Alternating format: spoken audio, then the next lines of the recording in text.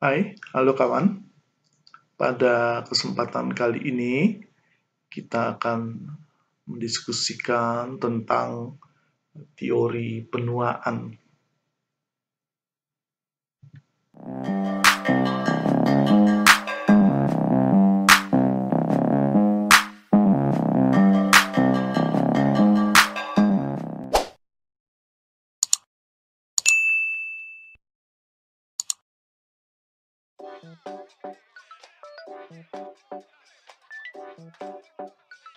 Teori penuaan pada dasarnya dapat dibagi ke dalam empat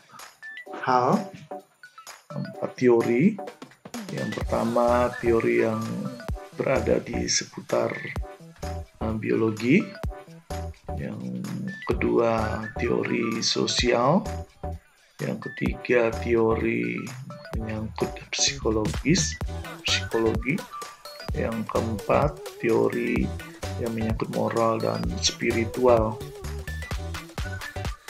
Dari sisi teori biologi ini diharapkan dapat menjawab pertanyaan mendasar terkait dengan proses perubahan yang fisiologis dari seorang yang muda kemudian memasuki masa tua dengan berbagai perubahan kondisi fisiologis yang ada.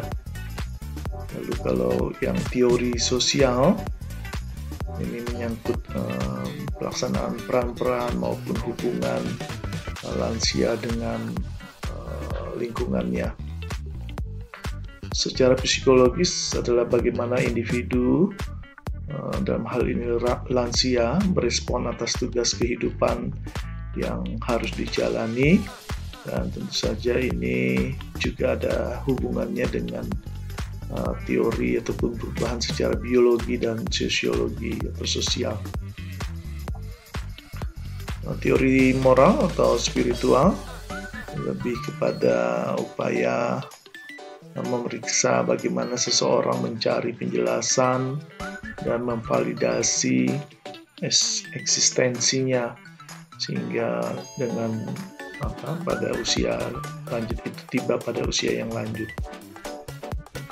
Apakah masih keberadaannya dipandang atau dianggap eksis atau tidak, itu kaitannya dengan teori spiritual. Teori biologis. Teori biologi mencakup teori genetik dan mutasi, imunologi slow teori, teori stres, teori radikal bebas, dan teori rantai silang. Kita akan melihat satu persatu. Faktor yang mempengaruhi teori biological aging ini adalah antara lain faktor genetik. Genetik umumnya mempengaruhi seberapa panjang hidup seseorang. Kita tahu ada orang yang memiliki kecenderungan untuk memiliki usia yang panjang karena faktor genetik. Lalu juga dipengaruhi oleh faktor lingkungan dan lifestyle atau gaya hidup seseorang. Jadi lingkungan dan lifestyle dipercaya juga mempunyai dampak terhadap proses penuaan yang kaitannya dilihat dari sisi biological aging atau teori biologi dari penuaan. Yang pertama, teori genetik dan mutasi. Menurut teori genetik dan mutasi, semuanya sudah terprogram secara genetik untuk spesies tertentu, termasuk juga manusia. Menua itu menjadi sebagai sebuah akibat dari perubahan biokimia yang diprogram oleh molekul DNA, dan setiap sel pada saatnya akan mengalami mutasi. Jadi perubahan biokimia itu menyebabkan perubahan sel, dan itu sudah terprogram sedemikian rupa oleh molekul-molekul DNA, sehingga kita tiba pada kondisi tua dengan kondisi secara fisik berbeda dengan yang orang muda. Yang berikutnya teori immunology slow theory. Menurut immunology slow theory, sistem imun itu menjadi efektif dengan bertambahnya usia. Jadi kekebalan tubuh, daya tahan tubuh akan meningkat sejalan dengan pertambahan usia seseorang, dan masuknya virus ke dalam tubuh dapat menyebabkan kerusakan organ tubuh. Ada saatnya ketika sistem imun menurun dan mikroorganisme masuk ke dalam tubuh manusia dan menyebabkan kerusakan organ secara perlahan. Ini dianggap sebagai suatu proses yang menyebabkan seseorang menjadi tua, di mana terjadi kerusakan organ perlahan akibat daya tahan tubuh yang menurun, dan kemudian virus ataupun mikroorganisme yang masuk ke dalam tubuh merusak organ itu.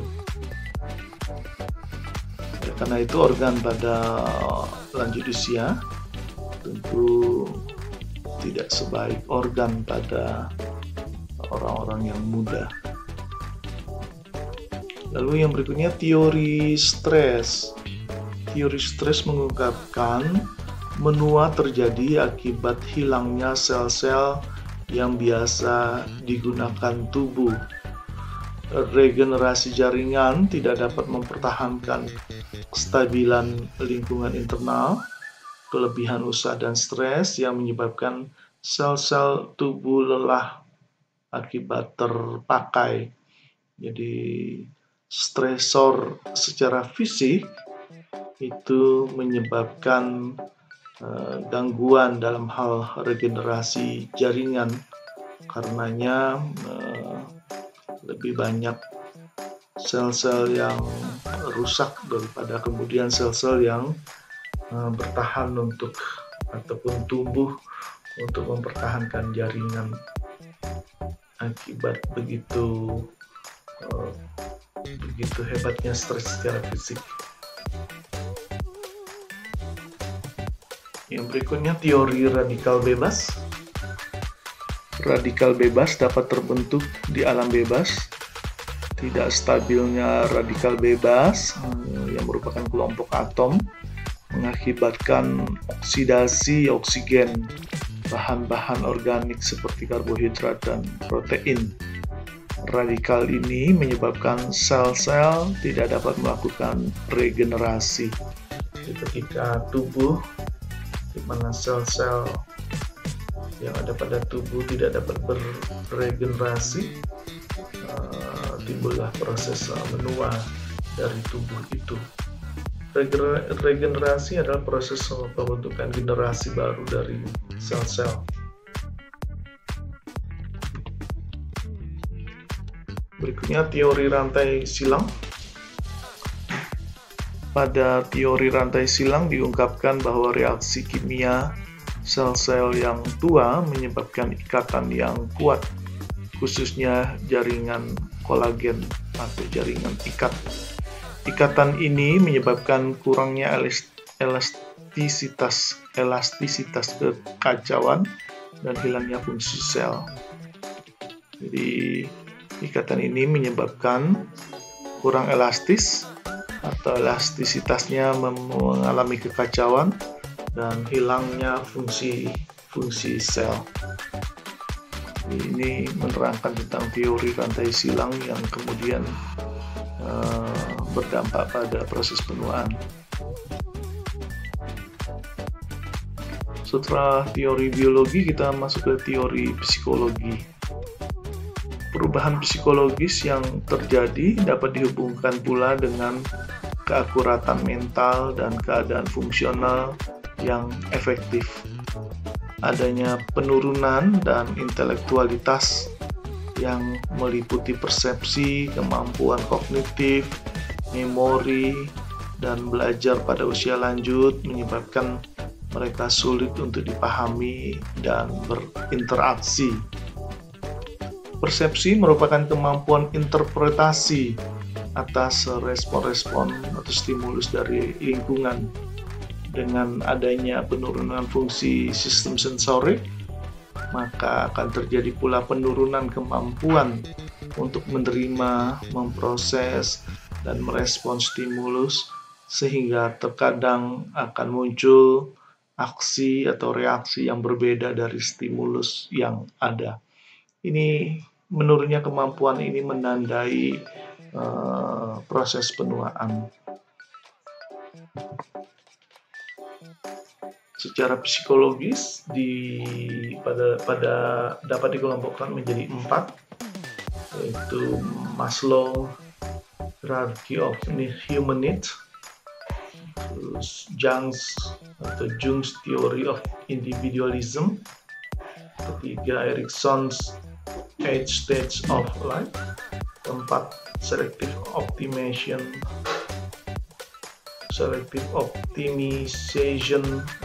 with compassion.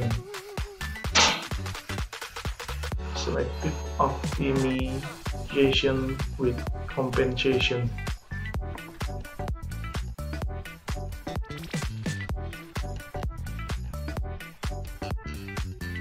Teori psikologis menjawab bagaimana seseorang berespon terhadap tugas perkembangan, atau mengamati bagaimana seseorang berespon terhadap tugas perkembangan. Ini dipengaruhi oleh teori secara biologi dan sosial. Pada dasarnya bahwa individu akan terus berkembang dan terus terjadi meskipun sudah mengalami proses penuaan. Mekanisme psikologi meliputi adaptasi, memori, kemampuan belajar, afeksi dan motivasi, dan ini semua akan mempengaruhi ataupun mencirikan perubahan tingkah laku dan perkembangan pada diri individu. Yang berikutnya, Human Needs Theory dari Abraham Maslow. Kebutuhan dasar menjadi dasar seseorang untuk bertindak atau menjadi motivasi seseorang untuk memenuhi kebutuhannya. Kebutuhan ini terbagi dari kebutuhan yang tingkat rendah sampai dengan tingkat tinggi. Kita tahu kebutuhan yang paling rendah dikenal sebagai kebutuhan fisiologis, sementara kebutuhan yang tertinggi, yaitu pada puncaknya, dikenal sebagai kebutuhan aktualisasi diri. Pada masa lansia, pada diri lansia, kecenderungannya adalah upaya untuk pencapaian kondisi memiliki aktualisasi diri. Sifatnya otonomi, kreatif, bebas, dan juga hubungan interpersonal antar orang, antar personal itu bertambah, relasinya menjadi bertambah. Yang berikutnya, teori individualism. Ada 2 tipe manusia, 2 tipe karakter manusia. Ada yang bersifat introvert, tertutup, ada yang bersifat extrovert. Dan menjadi lansia adalah perubahan menjadi juga lebih introvert. Hal-hal yang dialami oleh lansia cenderung untuk dipendam, untuk dipikirkan sendiri, cenderung untuk tidak diekspresikan, dan pada saatnya nanti akan kemudian terekspresikan dengan cara mengenang masa-masa yang lalu, dan Ini dikenal dengan istilah nostalgia, dia mengenang masa-masa yang lampau, dan itu dinikmati sendiri oleh lansia. Benua yang sukses dicirikan dengan adanya keseimbangan karakter, di mana lansia bisa menempatkan diri untuk kemudian satu kali bisa ekstrovert, di lain waktu bisa introvert, tergantung kebutuhan. Dan keseimbangan ini kemudian menimbulkan kesadaran diri pada lansia untuk kemudian menerima kondisinya yang sudah memasuki usia lanjut. Berikutnya teori sosial atau sociologic theories, fokusnya pada perubahan peran dan hubungan, dan perubahan peran dan hubungan ini menimbulkan proses adaptasi sosial dalam hidup. Beberapa prinsipnya, yang pertama, penuaan merupakan proses hidup yang panjang. Jadi menjadi tua itu tidak proses yang singkat. Lalu yang kedua, memengaruhi dan dipengaruhi oleh lingkungan. Yang ketiga, usia berubah tiap waktu dan dialami secara berbeda oleh hubungan yang berbeda. Teori interaksi sosial. Teori ini mencoba menjelaskan mengapa lansia bertindak pada suatu situasi tertentu, yaitu atas dasar hal-hal yang dihargai masyarakat. Pada lansia, kekuasaan dan prestasinya berkurang sehingga menyebabkan interaksi sosial mereka juga berkurang. Yang tersisa hanyalah harga diri dan kemampuan mereka untuk mengikuti perintah. Lalu yang kedua, teori menarik diri, withdrawal atau penarikan diri. Teori ini menyatakan bahwa kemiskinan yang diderita oleh lansia dan menurunnya derajat kesehatan mengakibatkan seorang lansia secara perlahan-lahan menarik diri dari lingkungannya, dari pergaulan di sekitarnya. Berikutnya yang ketiga, teori aktivitas. Teori ini menyatakan bahwa penuaan yang sukses itu bergantung bagaimana seseorang lansia merasakan kepuasan dalam melakukan aktivitas, serta mempertahankan aktivitas tersebut lebih penting dibandingkan kuantitas dan aktivitas yang dilakukan. Kemampuan mempertahankannya jauh lebih penting daripada seberapa sering melakukannya dan daripada aktivitas itu sendiri. Keempat, teori kesinambungan. Teori ini mengemukakan adanya kesinambungan dalam siklus kehidupan lansia. Pengalaman hidup seseorang pada suatu saat merupakan gambarannya kelak pada saat ia menjadi lansia. Hal ini dapat terlihat bahwa gaya hidup, perilaku, dan harapan seseorang ternyata tidak berubah meskipun ia telah menjadi lansia. Teori perkembangan. Teori perkembangan menjelaskan bagaimana proses menjadi tua merupakan suatu tantangan dan bagaimana jawaban lansia terhadap berbagai tantangan tersebut yang dapat bernilai positif maupun negatif. Namun teori ini tidak menggariskan bagaimana cara menjadi tua yang diinginkan atau yang seharusnya diterapkan oleh lansia tersebut.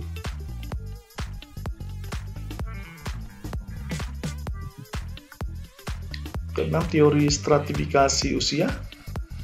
Keunggulan teori stratifikasi usia lansia adalah bahwa pendekatan yang dilakukan bersifat deterministik dan dapat dipergunakan untuk mempelajari sifat lansia secara kelompok dan bersifat umum atau makro.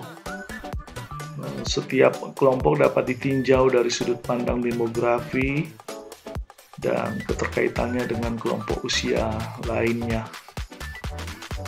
Stratifikasi berasal dari kata strata. Jadi ada kelompok-kelompok lansia. Umumnya strata atau stratifikasi lansia, seseorang makin menjadi dipandang jika memasuki usia lansia, menjadi tempat bertanya, menjadi tempat untuk berkonsultasi, seringkali dikatakan sebagai ketua, tetua, atau penasihat dari suatu kelompok. Kelemahannya pada teori ini tidak dapat dipergunakan untuk menilai lansia secara perorangan, mengingat bahwa stratifikasi sangat kompleks dan dinamis, serta terkait dengan klasifikasi kelas dan kelompok etnis.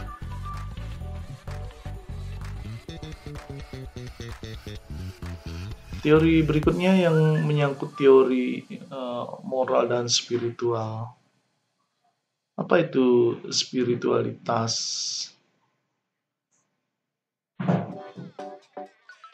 Perkembangan sebagai pemikir moral dan spiritualitas. Spiritual itu mempengaruhi eksistensi lansia, dan kehadiran perawat adalah untuk membantu klien yang mengalami krisis hidup, krisis secara spiritualitas, untuk menemukan arti hidup. Dan melaksanakan ini, perawat artinya sudah melaksanakan apa yang disebut dengan holistic care, asuhan yang menyeluruh. Komponen spiritual dan tumbuh kembang merujuk pada pengertian hubungan individu dengan alam semesta, dengan kekuatan yang besar di luarnya, dan juga tentang persepsi individu tentang arti dari kehidupan. Ya, demikian teori-teori yang melingkupi ataupun menjelaskan tentang penuaan. Sekian dan semoga bermanfaat.